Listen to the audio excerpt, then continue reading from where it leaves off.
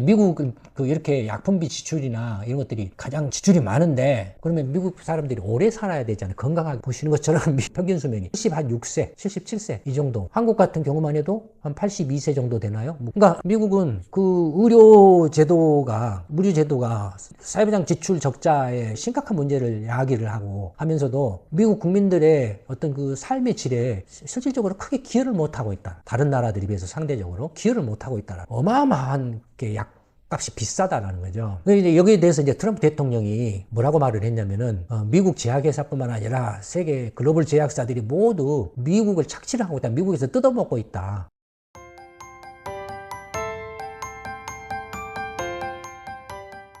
두 번째 주제는 이제 약가인화 문제에 관해서 말씀을 드려볼까. 미국은 세계에서 유례를 볼 수 없을 정도로 어마어마한 고비용 저효율의 의료 시스템을 갖고 있어요. 그래서 이 의료제도 개혁을 통해서 의료비 지출을 대폭 줄이는 것, 이 방법밖에 없어요. 실제로 영국 같은 경우는 어떻습니까? 이제 의료제도가 이제 전부 이제 그 국가가 보장을 하잖아요. 그러니까 병원에나 약을 사도 다 공짜로 사잖아요. 병원에도 병원비 안 내고. 그걸 이제 자랑을 했잖아요. 런던 올림픽 할 때게 뭐 그 개막식 할 때도 그런 영국에 뭐 이렇게 자랑을 했잖아요. 근데 문제는 뭐였죠? 그게 빵꾸가 나버렸어요. 의료제도가. 재정이 거의 파산 지경이 이를 정도로 빵꾸가 나버렸어요. 그래서 결국에는 어떻겠습니까? 의료사들의 월급이 너무 적어서 제대로 이렇게 의사를 안 하려고 그래요. 다른 나라 가서 의사를 하려고 하고. 월급이 많은 대로 그런 나라로 가려고 하고. 그 다음에 병원 가서 진료를 보려고 해도 이게 예약을 잡고 뭐 진료를 받는 데까지 이미 아플 대로 다 아픈 상태에서 가서 받는다든지 몇 달이 걸린다든지 최악의 의료 서비스 상황. 그렇다고 영국이 이제 그러면 의료비 지출뿐만 아니라 연금 문제라든지 여러 가지 최저생계 문제, 사회안전보장, 실업수당이라든지 여러 가지 막 있잖아요.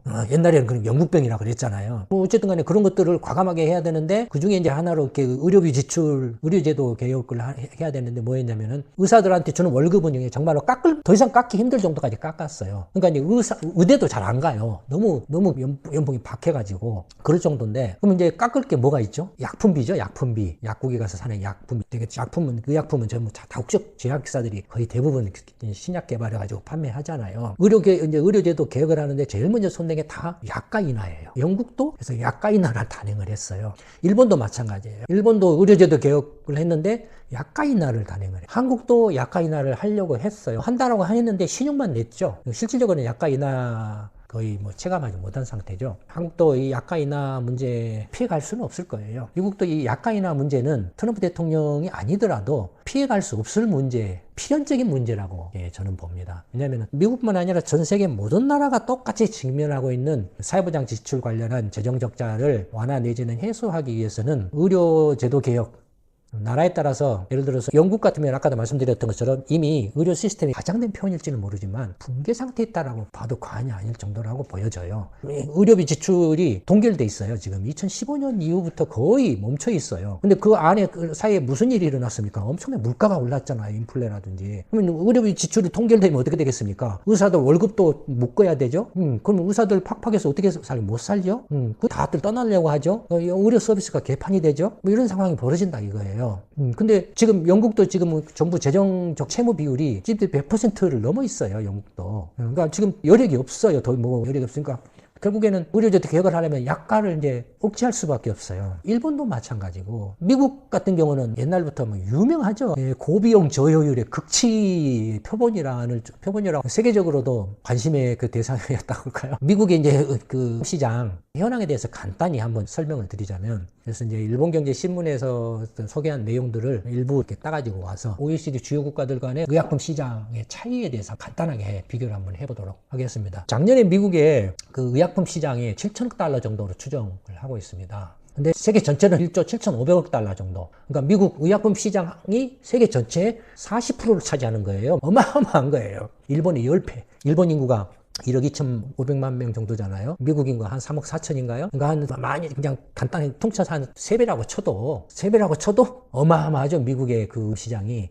미국이 세계 전체 인구 4%밖에 안 돼요. 의약품 세계 전체 40%를 미국이 소비를 하는데 세계 인구의 4%, 세계 의약품의 40%를 소비를 한다? 말이 됩니까 이게? 그러니까 의약품을 많이 소비하는 게 아니라 그만큼 미국의 의약품 가격이 어마무시하게 비싸다라는 걸 말하죠. 그렇죠. 미국의 GDP는 세계 5%밖에 안 돼요. 그런 거 치면은 미국의 의약품 가격이 정말로 상상을 초월할 정도로 비싸다라는 걸 알 수 있다라는 거예요. 근데 이제 이렇게 비싼 미국의 그 의약품 시장에 대해서 그동안 오래전부터 갑론을박이 있어 왔어요. 이거 개혁해야 된다, 개선해야 된다. 아니다, 이거 그래도 의약품 시장이, 미국 의료 서비스 시장이 세계 최강의 경쟁력을 갖게 된 것도 이처럼 시장이 이렇게 크기 때문에 그렇다. 거기 시장이 크고 거기서 충분한 수익을 얻기 때문에 세계 최강의 의료 서비스 기술 개발이라든지 의료 장비 기술 개발이라든지 아니면 신약 개발이라든지 이런 것이 가능하다. 그것은 오로지 미국만이 가능하다. 이런 엄청난 시장을 가지고 있기 때문에 미국만 가능하지 다른 나라에서는 언감생심 절대 불가능하다. 꿈도 꿀 수 없다. 뭐 이런 식의 이제 주장을 해온 거죠. 예를 들어서 신약 연구 개발비로 보면은 미국이 일본이 7배, 유럽 전체를 다 합쳐서도 1.5배에 달한다 이거예요. 그 다음에 미국 제약사들이 한 개 신약을 개발하는 데에도 한국 돈으로 약 3조 원가량 소요가 된다. 신약 하나를 개발하는데도. 신약 하나를 개발하는데 10년 이상 소요된다 이거예요. 미국이 이제 그 신약 연구 개발 분야에 있어서는 다른 나라를 압도할 정도로 미국이 많다 이거예요. 이제 대표적인 예로는 작년에 미국 FDA가 승인한 신약 중에 하나가 혈우병 치료제가 있는데 이 혈우병 치료제가 한 번 치료하는데 50억 원 들어간다. 미국에서는. 혈우병 치료제가. 근데 이 혈우병 치료제를 OECD 회원국, 뭐 일본이라든지 독일이라든지 뭐 프랑스라든지 이런 데서 그 한 번 치료하는 데들어가는 비용의 이 50억 원은 한 2.8배, 거의 3배가 가량에 달한다. 다른 나라에서는 한 15억 원, 10에서 20억 원 사이인데 미국은 50억 원. 그러니까 어마어마한 게 값이 비싸다라는 거죠. 이제 여기에 대해서 이제 트럼프 대통령이 뭐라고 말을 했냐면은, 미국 제약회사뿐만 아니라 세계 글로벌 제약사들이 모두 미국을 착취를 하고 있다. 미국에서 뜯어먹고 있다. 미국 의약 시장이 크잖아요. 그게 뭐냐면은 모든 제약회사들이 이익의 75%를 다 미국에서 내고 있다. 그래서 이제 트럼프 대통령이 밑에 이제 사람들을 시켜가지고 이제 조사를 해보니 미국 이제 전체적으로 봤을 때 의약품 수가 예를 들어서 뭐 10만 개가 있다. 뭐 10만 개 중에 6만 개 정도의 의약품의 가격 인하가 충분히 가능하다. 대폭적인 인하가 가능하다. 라고 이렇게 주장을 하면서 이제 약간이나 대통령령으로 이렇게 사인해서 발표를 했다라는 거예요. 미국은 의약품 가격 결정 시스템이 미국은 자유시장 수요와 공급에 맡기는 자유시장 가격제예요. 반면에 이제 유럽이나 일본이나 한국 같은 나라는 정부가 통제를 하죠. 가격 통제를 하죠. 그래서 공정가격제를 하죠. 그래서 이제 기본적으로는 시장에 맡겨두되 지나치게 이렇게 비싸거나 과도한 의약품에 대해서는 정부가 규제를 하죠. 약가 규제를 하죠. 그래서 이제 공정가격제 약가를 어떻게 정부가 이제 적정 가격 약가를 어떤 기준을 가지고 산정하냐에 따라서 뭐 거기들 갑론을박들이 많은데 뭐 그런 건 건너뛰기로 하고 어쨌든 미국하고 다른 나라들의 의약품 가격 결정 구조가 근본적으로 다르다 이거. 미국의 또 다른 문제는 뭐냐면은 미국이 이렇게 엄청난 그 시장 세계 최대 그 의약품 시장과 그다음에 최대 신약 연구 개발비를 투자를 하고 있고 그다음에 시장의 자유 수급 원리에 따라서 시장 가격 제도를 이렇게 운영을 하고 있는데 그러면은 가장 최고의 신약들이 가장 좋은 약들이 미국 국민들의 혜택을 봐야 될 거 아니냐. 근데 그렇지 않다 이거예요. 왜 그렇지 않겠습니까? 당연하죠. 저렇게 약값이 비싼데 돈 없는 사람들이 무슨 그런 신약이나 좋은 약의 혜택을 보겠습니까? 돈이 있는 사람한테는 뭐 좋겠지만 문제가 안 되겠지만 뭐 오히려 천국이겠지만 돈 없는 사람들은 혜택을 받지 못한다. 뿐만 아니라 메디케어 시스템에서 이제 약품 가격도 문제가 되거든요. 이 의료비 지출의 상당 부분이 약가가 차지한다 이거예요. 약가가 지나치게 보면은 의료비 지출이 많다 이거예요. 약가를 이렇게 대폭 낮추면은 의료비 지출도 대폭 줄일 수 있다. 그 다음에 약가를 낮추면은 그만큼 더 없는 사람들도 좋은 약품의 혜택을 더 누릴 수 있다. 뭐 이런 게 논리죠. 실제로 이제 그 미국이 그 얼마만큼 이제 고비용 저효율의 의료 시스템을 갖고 있느냐 약품비를 기준으로 봤을 때 1인당 평균 이제 그 구매력 달러로 했을 때 미국 가장 크죠. 보신 것처럼 빨간 게 지금 미국이고 그 두 번째로는 독일이죠. 그나마 독일은 의료 제도가 영국보다는 그래도 좀 더 나은 상. 왜냐면 경제가 영국보다 좋았기 때문에. 그 다음에 이제 의약품비가 비싼 게 1인당 그 평균 지출 캐나다. 그 다음에 쭉 보시면은 영국이 이렇게 나와서 영국이 낮죠. 영국이 낮죠. 한국은 어디겠냐면 여기가 있어요. 여기 한국이에요. 여기 한국이에요. 그러니까 한국은 막 중간 정도라고 해야 되나요? 이탈리아, 뭐 벨기에, 핀란드, 프랑스 뭐 이런 정도. 뭐 그런 정도 급에 있고. 그 다음에 GDP 대비로 쳐도 미국은 GDP 대비 그 2%를 넘고 한국도 상당히 지금 비중이 높다. 독일 다음으로 한국이에요. 물론 상대적이에요. 절대적으로 싸다 높다 비싸다가 아니고 상대적으로 싼 편인데 그러나 한국의 경우에는 뭡니까?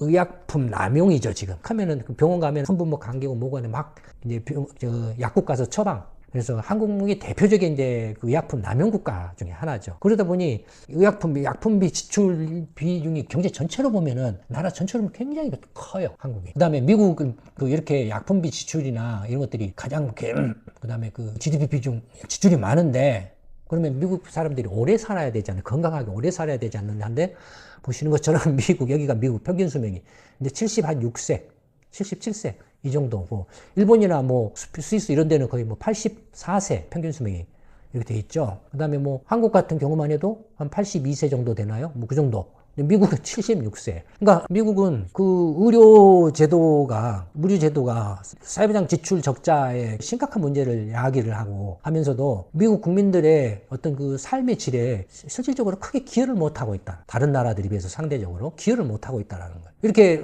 의약품 시장의 금액면으로서는 압도적으로 크고 연구개발비도 크고 산업적인 면에서도 세계 최강의 경쟁력을 가지고 있음에도 불구하고 정작 미국 국민들의 평균 수명이라든지 미국 국민들의 어떤 그 건강생활 건강을 기준으로 삶의 질면에서는 다른 선진국에 비해서 굉장히 낮다 이거예요. 이건 심각한 문제다라는 거죠. 그래서 이런 문제를 미국 이제 그 위정자들 입장에서는 하루빨리 개선하는 게 시급한 과제다라고 이렇게 말씀을 드릴 수 있을 것 같습니다. 그게 이제 의료 시스템, 약품이 아니라 의료 시스템 문제는 또 어마어마하게 복잡한 문제죠. 나중에 또 기회가 되면 말씀드리도록 하고 오늘 이제 미국의 이제 트럼프 대통령이 약가 인하를 강력하게 추진하겠다라고 한 것과 관련해서 간단하게 미국의 의약품 약 현황에 대해서 설명을 해드려봤습니다. 오늘은 이 정도로 말씀을 마치도록 하겠습니다. 네, 감사합니다.